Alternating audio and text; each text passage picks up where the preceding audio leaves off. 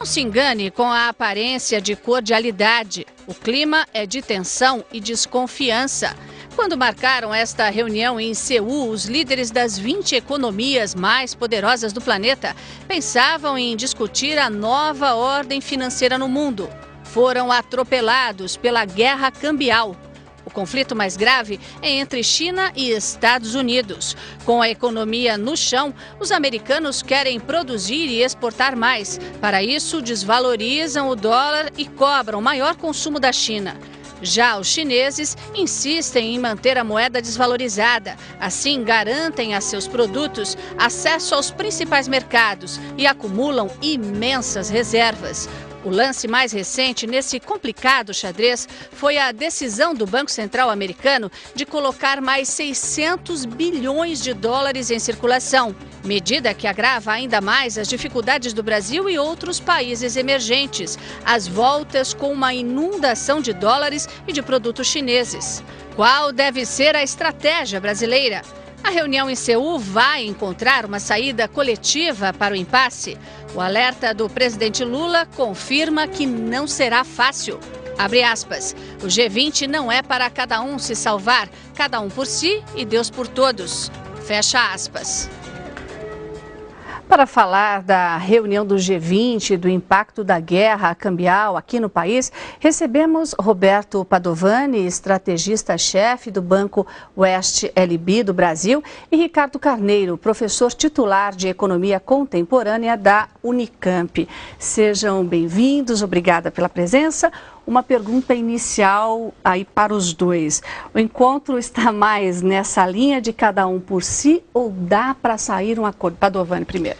Olha, eu acho que a função do encontro é legitimar o cada um por si. Não vejo a menor possibilidade de se chegar a uma coordenação mais ampla de política. O que eu acho que os dois países principais, Estados Unidos e China, estão fazendo lá é justamente consolidar, legitimar o que já fizeram. Não é à toa que o Obama elogiou 600 bilhões, não é à toa que a China já impôs restrições aos capitais, não é à toa que o Brasil sequer foi. Então, cada um está consolidando a sua pauta. Você acha isso mesmo, professor? Ele falou que o Brasil sequer não foi, mas não foi no encontro ali de negociação para realizar o encontro, ou seja, um encontro pré-G20, né? Eu acho que são, de fato, interesses muito divergentes, né, que existem no mundo e numa situação muito dramática também, né? Porque os Estados Unidos estão com a economia nocauteada, né? Está muito difícil a situação americana. De certa forma, eles são quase obrigados a fazer isso, né? E a China tem uma economia que precisa crescer 7 ou 8% ao ano, pelo menos, porque tem 600 milhões de pessoas num nível de renda muito baixo, né? Então, são interesses nacionais muito delimitados, definidos, e em uma situação muito dramática, né? É difícil você ter um acordo desse ponto de vista, né? Eu acho que provavelmente nós vamos presenciar um aprofundamento dessa disputa, né? Agora, os Estados Unidos, essa iniciativa dos 600 bilhões, né, professor? Essa iniciativa foi muito, muito criticada, não teve quem não criticou. Os Estados Unidos chegam fragilizados ao encontro, numa posição desconfortável, difícil? Olha, os Estados Unidos estão fazendo uma coisa inusitada, digamos assim, que é operar a política monetária de uma forma diferente, né? Os 600 bi é claro que é emissão monetária, é verdade, né? Mas política monetária, desse ponto de vista, sempre é, né? O que eles estão tentando fazer é reduzir um pouco a taxa de juros, porque eles fazem a política de curto prazo e ela não funciona. Então, eles estão se movendo ao longo da curva de juros para tentar baixar, de fato, a taxa de juros. Eu diria que a questão cambial, no caso americano, ela é um efeito colateral desejável, mas ela não é o objetivo principal da política. O objetivo principal da política é, de fato, tentar retomar algum nível de atividade nos Estados Unidos, né?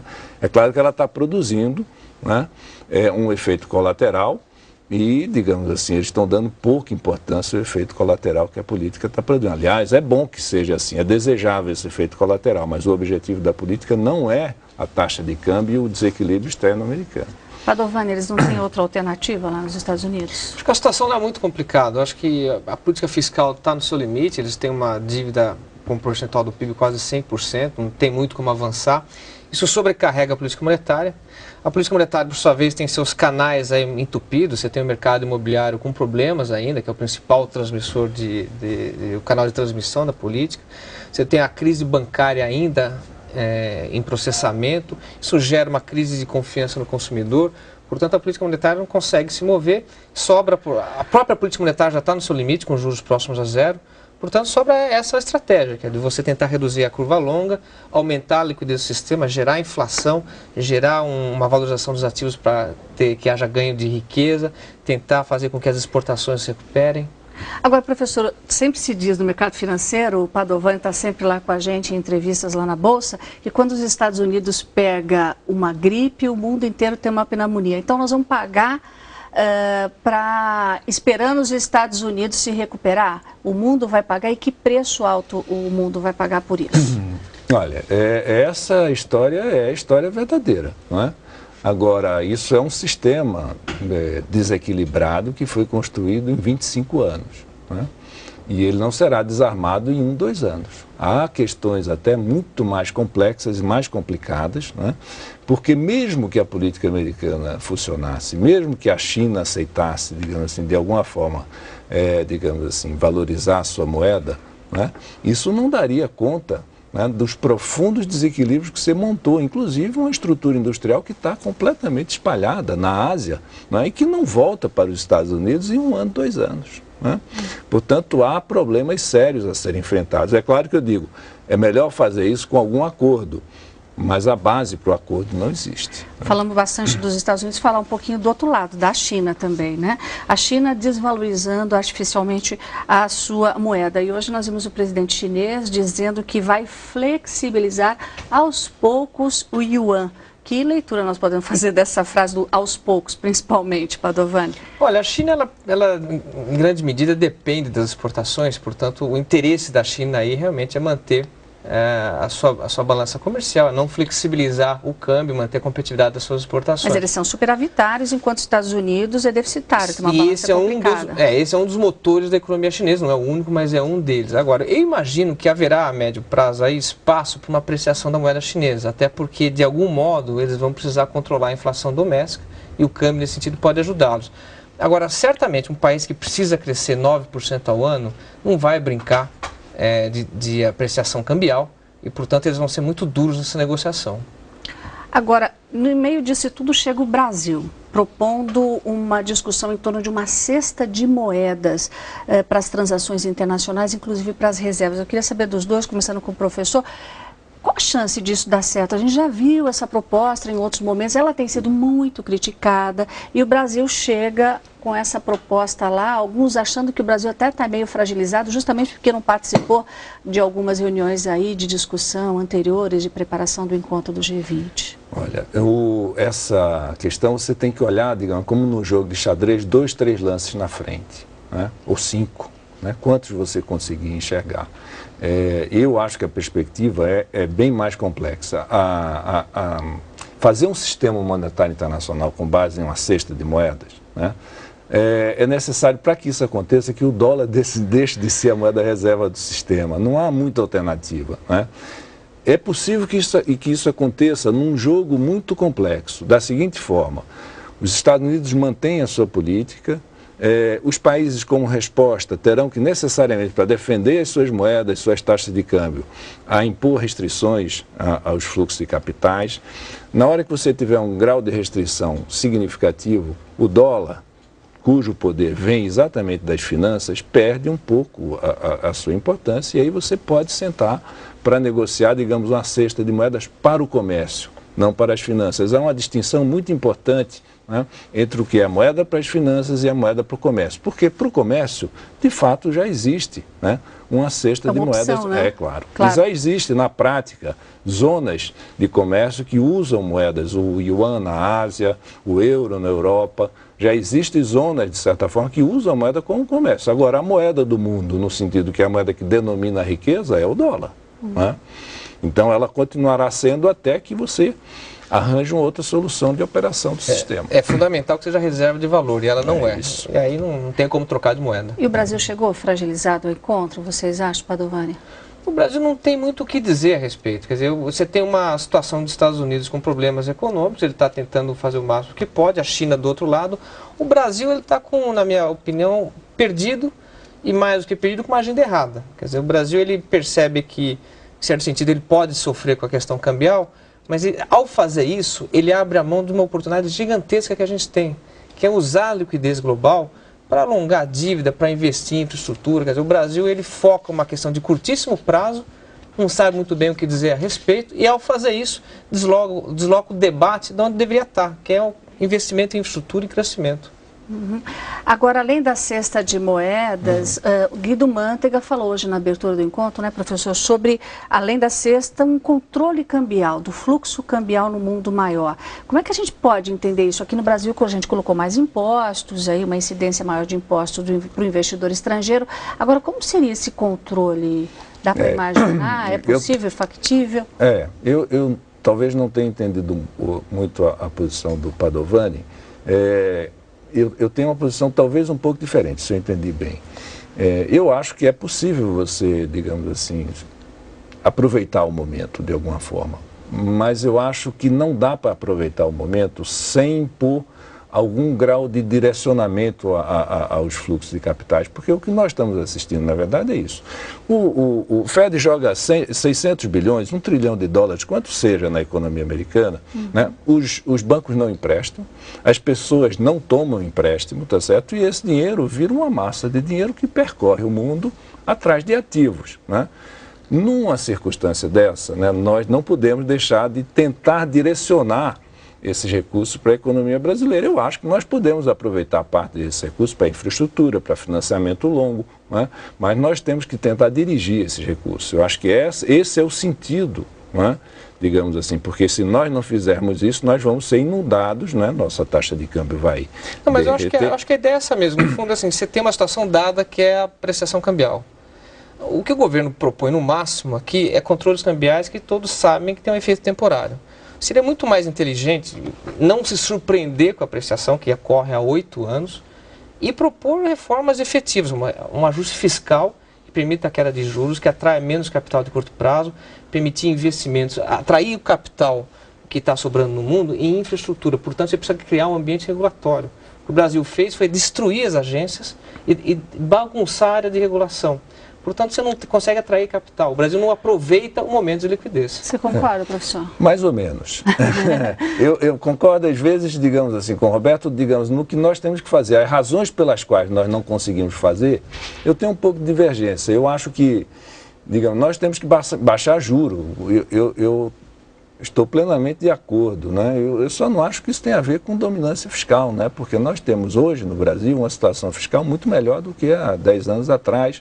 Nós conseguimos superar um problema de vulnerabilidade externa muito significativo. Eu acho que está tudo preparado para baixar juros. É claro que na hora que baixar juros, né, você não pode, vai ter que fazer alguma contração fiscal, né? Claro. Até para compensar. Mas não que haja dominância fiscal. Então, se você baixar juros, né, taxa e não absorver capital de curto prazo, eu acho que você já deu um passo nessa direção, né? Mas eu acho que você tem que manter o controle de alguma forma. O problema hoje, no fundo, é um problema de combinação de políticas. Você tem, de um lado, o Ministério da Fazenda acelerando, aumentando seus gastos, isso impulsiona a economia, e, ao mesmo tempo, ele reclama que o Banco Central eleva os juros e o câmbio se aprecia. E, na verdade, ele que causa, no curto prazo, uma pressão monetária, sobre a política monetária. Então, o que eu imagino nessa situação é que você tem que, pelo menos, ter coordenação de política, coisa que não há. Você tem que ter uma política fiscal responsável ou que gere um superávit cambial maior para você poder realmente controlar juros e câmbio. Você concorda com o professor que a situação fiscal hoje nossa é um pouquinho melhor, não?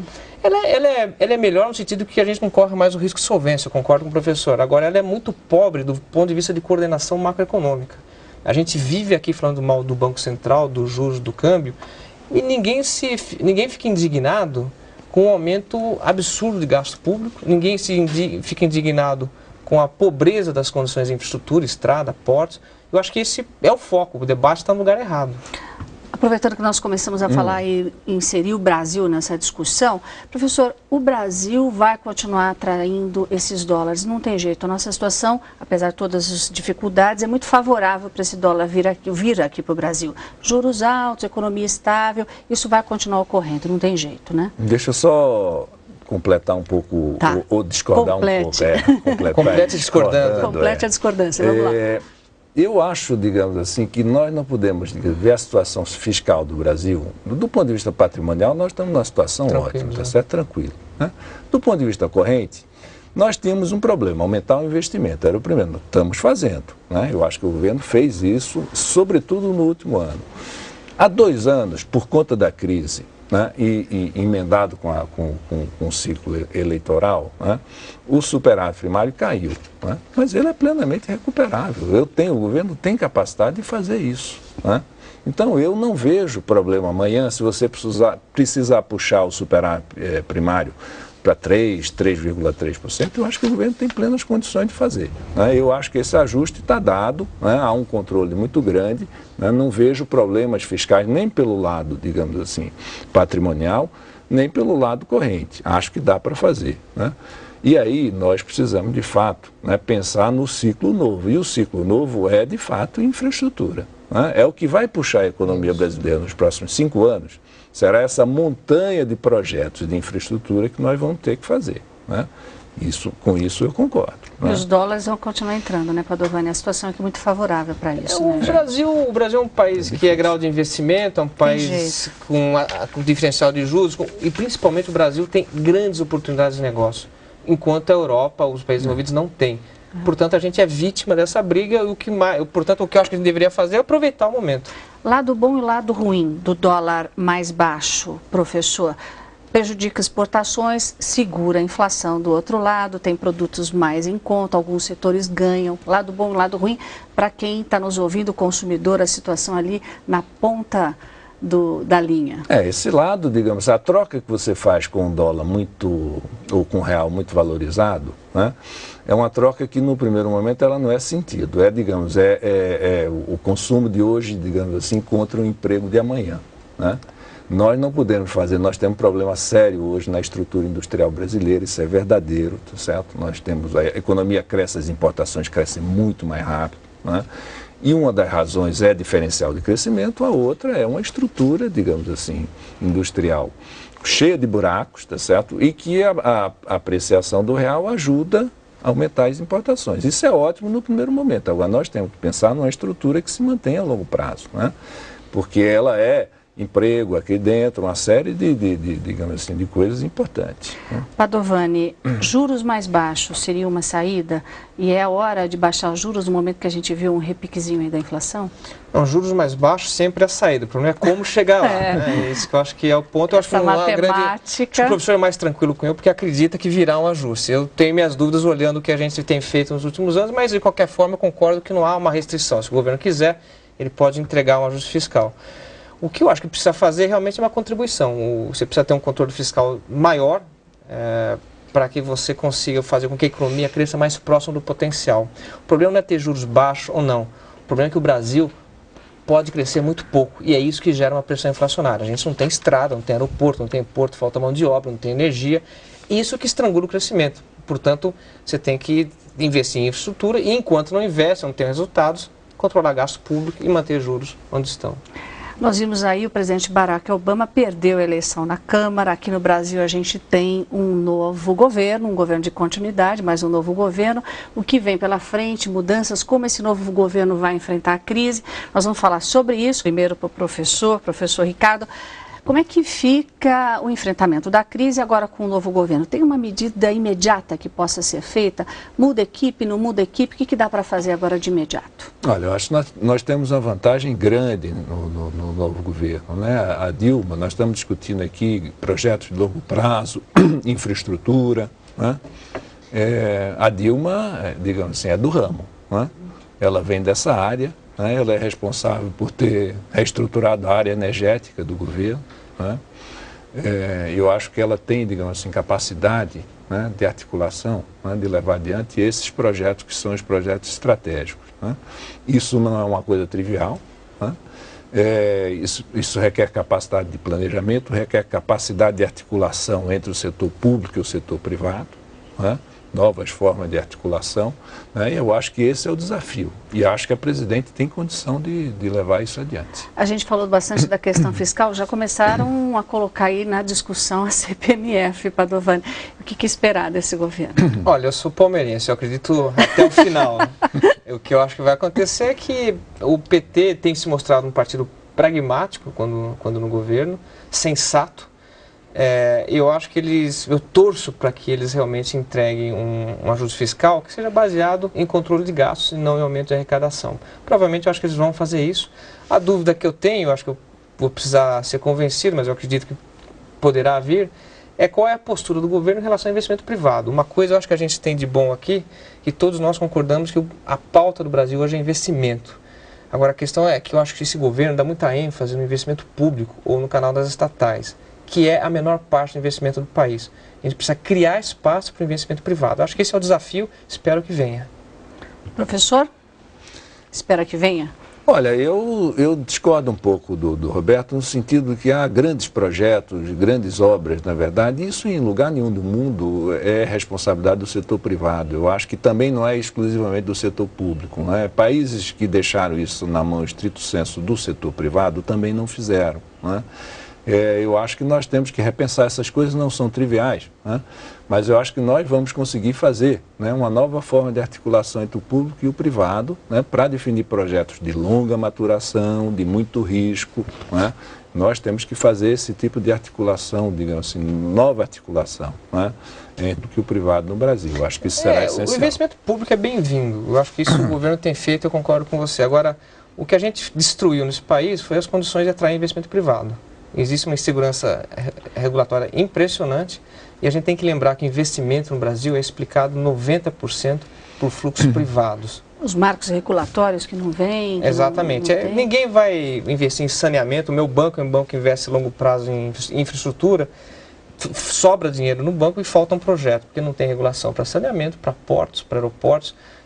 A gente vive um apagão em termos regulatórios e é isso que, na minha opinião, que inibe. Eu acho que é esse o desafio do próximo governo. E o professor não concorda com isso? Olha, eu concordo em parte, né? Eu acho que nem todo investimento na área de infraestrutura é feito pelo setor público. Eu acho que há um papel importante no setor privado e acho que a regulação é importante também, né? Mas eu acho que há investimentos nos quais o risco, tá certo, não é um risco regulatório, é um risco econômico, vejo da natureza da atividade, né? E eu não vejo possibilidade de ser feito a não ser com investimento público. Tá ok. Queria agradecer a presença dos dois aqui nesse Entre Aspas, nosso professor Ricardo Carneiro, Roberto Padovani, e agradecer também a todos os telespectadores que nos acompanharam aqui nesse Entre Aspas e também você, internauta, que participa no nosso blog. O Entre Aspas volta na terça-feira. Até lá!